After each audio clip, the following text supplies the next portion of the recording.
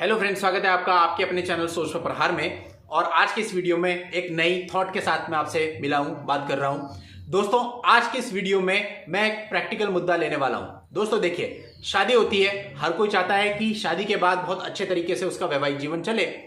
और आज के समय को देखते हुए कई बार लोग सोचते हैं कि भाई हम गांव की लड़की से शादी कर लेते हैं, वहां पर ये सब नहीं होता है। कई लोग सोचते हैं हम कम पढ़ी लिखी लड़की से शादी कर लेते हैं, और कई लोग होते हैं वो अपनी स्टेटस के अकॉर्डिंग लड़की चुनते हैं। यानी कि कुल मिला के हर एक की थिंकिंग अलग अलग है और वो उसके अनुसार ही लड़की चूज करता है।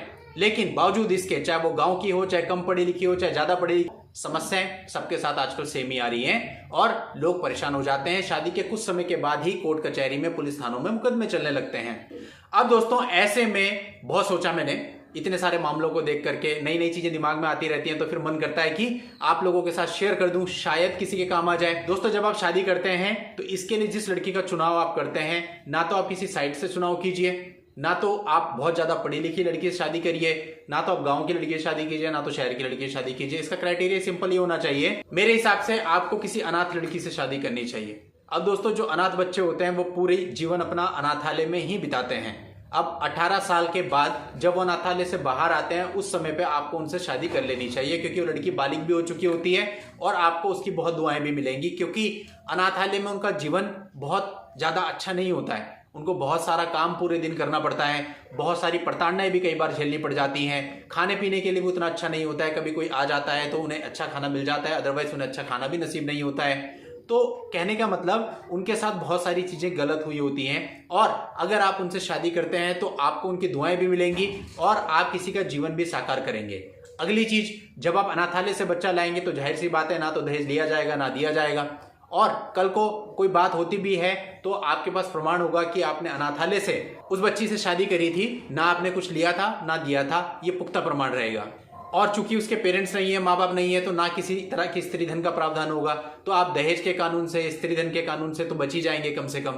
दूसरा, वो जो लड़की होगी वो सारी चीजों को देखेगी और अपने को खुशनसीब समझेगी कि किसी ने उसके साथ अच्छा किया है, और वो भी अपनी तरफ से निभाने की कोशिश करेगी। दूसरा, वो लोग अनाथालय में इतना ज्यादा काम करते हैं कि वो हैबिचुअल हो जाते हैं, तो वो घर के काम पर भी ध्यान देगी, माँ बाप की सेवा पर भी ध्यान देगी। लेकिन इसके साथ साथ आपको थोड़ा सा बैलेंस भी रखना पड़ेगा, क्योंकि देखिए, दुनिया में दो तरह के लोग होते हैं। एक वो जो अपने जीवन में कुछ नहीं देखते, सिर्फ परेशानियां देखते हैं, और जब अचानक से उनको खुशी मिलती है, धन दौलत मिलती है, तो वो उसे उस प्रभु का आशीर्वाद समझते हैं और हाथ जोड़ करके स्वीकार करते हैं, लेकिन अपनी पुरानी जिंदगी को कभी नहीं भूलते। दूसरे वो लोग होते हैं जो अपनी जिंदगी बहुत गरीबी में जीते हैं, लेकिन जब उन्हें अचानक से पैसा मिल जाता है, कई सारी सुख सुविधाएं मिल जाती हैं, तो वो लोग चने के झाड़ पर चढ़ जाते हैं और फिर वो अपनी पिछले जीवन की तरफ देखना भी नहीं चाहते, और ईगो और घमंड उनके अंदर भर जाता है। इसलिए आपको चीजों को बैलेंस करके चलना है। ऐसा भी नहीं करना है कि वो अनाथालय से आप उसको लाए, उसने अपने जीवन में उन सारी चीजों को नहीं देखा और आपने एकदम से उसको सारे सुख दे दिए, सारी विलासिताएं दे दी, तो ऐसे में दिक्कत भी हो सकती है। तो थोड़ा सा बैलेंस करके आपको चीजों को चलना है, ताकि आपकी गृहस्थी आगे अच्छी चले।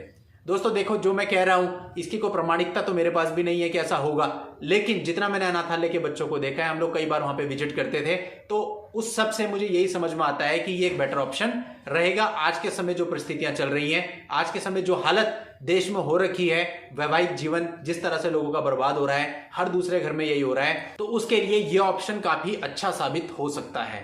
तो आप लोग इस पर विचार करिए, और आप लोगों के इस पर क्या विचार है मुझे कमेंट सेक्शन में जरूर बताइए। और दोस्तों, अगर आपको वीडियो अच्छी लगी हो तो इसे ज्यादा से ज्यादा शेयर कीजिए, ताकि और लोगों के पास भी ये विचार पहुंच सके। नेक्स्ट वीडियो में नई लीगल जानकारी के साथ मैं आपसे फिर मिलता हूं। तब तक के लिए good bye and thank you for watching. Take care.